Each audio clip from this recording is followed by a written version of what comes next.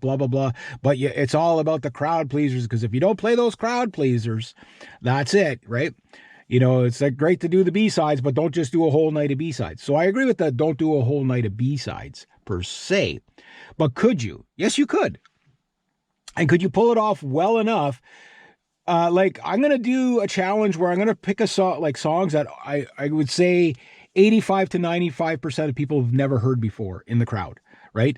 Maybe even 100% of the people have never heard, and I'm just going to give it to them with the theatrics and everything like that, just to see how they respond to it. And I can guarantee you, the crowd pleaser it's a mute, because it doesn't matter. If they've never heard the songs before. Just because they're not singing along or making a lot of noise, it doesn't mean they're not paying attention. In fact, what I found is when the room is the quietest is when they're most paying attention, if it's a bar, you know. But the thing is it's how well you play and it's how well you deliver the song. Like, for example, one guy who was saying, my years of playing, here's some do's and don'ts. Like, don't sit there and just babble on in the mic, like too much talking. I agree with that, but it depends on how it themes with the show. If you're just babbling on about this, that, and the other thing, yeah, he's 100% correct. Like, keep the audience entertained. They're there to listen to you play, not listen to you yak your, flap your gums. But that said, if you're going to be flapping your gums, make it relative to the song. Tell a story into the song. You don't have to do it with every song, but it's really entertaining when you do it. Like, for example, the way I did Bismarck with the mandolin, even though my mandolin went slightly out of tune because I changed the string the day before. I changed one string. And sure enough, it kept stretching. I thought I had it stretched enough, but, take, your mandolin to a different room, and then there's a crowd in there, and the humidity level changes, and then all of a sudden, bang, there you go. The darn thing's out of tune, 2 lines into the song, right? But I made it work. But the story leading up to it had the audience completely. I had people telling me for like 6 weeks after how much they enjoyed that.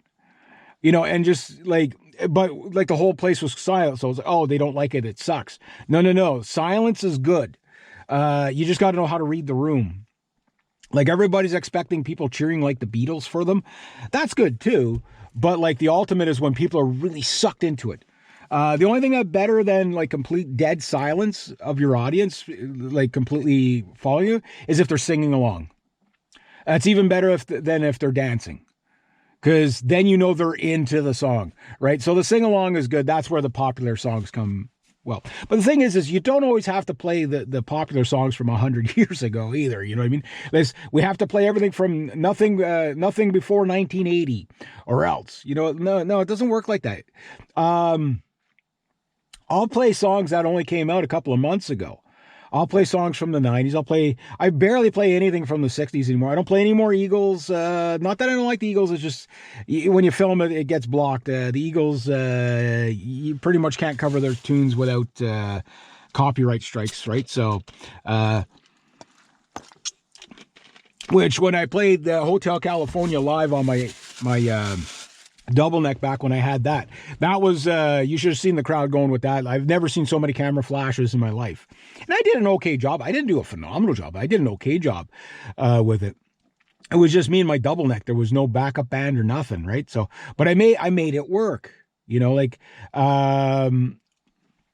That's really cool. And I remember after I'd done that, the last thing I'll say about this guy, because I want to make another video anyway for my BitChute.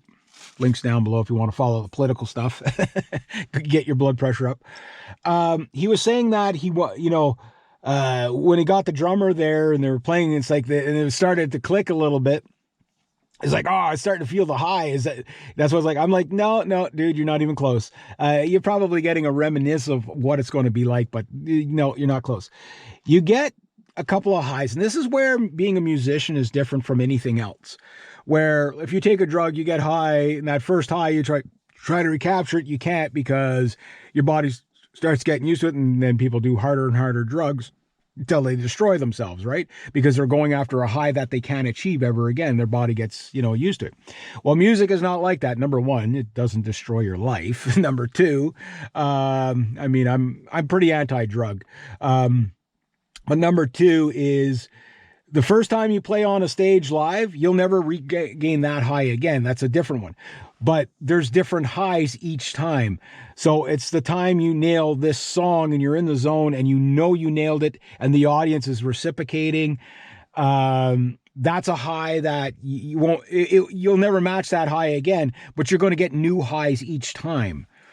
So, you know, because it's a different crowd, it's a different, like, it never gets old, and you can never get used to it. And that's why it's so great, right? It's like you can never, oh, well, okay, it's this again. I mean, it depends on your enthusiasm too, right? It's like, you know, playing something well in front of a bunch of people. And I hope that guy, like, you know, they get on stage and they nail every song, and they don't dwell on the one thing. Never apologize on stage. This is the newbie 101. Oh, I screwed that song. Don't ever point it out. Never point out your mistakes. 99% of the time, especially if you're in a bar, people are too drunk to notice anyway. Number two, they don't really care. You know, if you screwed up, they're like, okay, well, you screwed up, whatever. You know, or you repeated a line, you missed a line, you missed a chord, whatever. Just don't bring it up. Just don't bring it up. Just keep moving on, because that's this. I got to apologize for like 10 minutes of how I played that 3-minute song for you the wrong way. Is nobody wants to hear it. Nobody wants to hear that at all. I know the urge of wanting to do that. I get it, but don't do it. Just forget it. Just say thank you to the audience, because they're going to clap anyway. Thank you to the audience. Move on to the next song and try to do better, you know? And then the next time you do that song, try to do it better than you did it the last time. And if you don't want to be screwing up your songs, and this happens to me is many times, like I've been on stage probably more than 500, maybe even 1,000 times in my life. I don't know how many times, but I'll say this. Anytime I bring a song out before, it's not playing the song until you get it right. It's playing till you can't get it wrong, right? So, like what I was doing, like when I was doing the jam nights every week there in at the Cafe 1870, I'd try to give you 3 new songs each week, right? And sometimes I'd rush the song, and of course, as soon as I would miss a line or something, because yes, I could play it till I got it right, but I wasn't playing it till I couldn't get it wrong. Where it's like, even if you forget the lyrics, your brain just takes over. Like, it's muscle memory at that point. You're on autopilot, so to speak. You're just making sure everything's in check. And you don't miss any words. That's what you're going for. You know, that's what you're going for. So don't bring out songs quicker than you're ready to do them. If not, you're going to have to do them like 10 times before you nail it on stage. But it's nice to nail it on stage the first time. You know what I mean?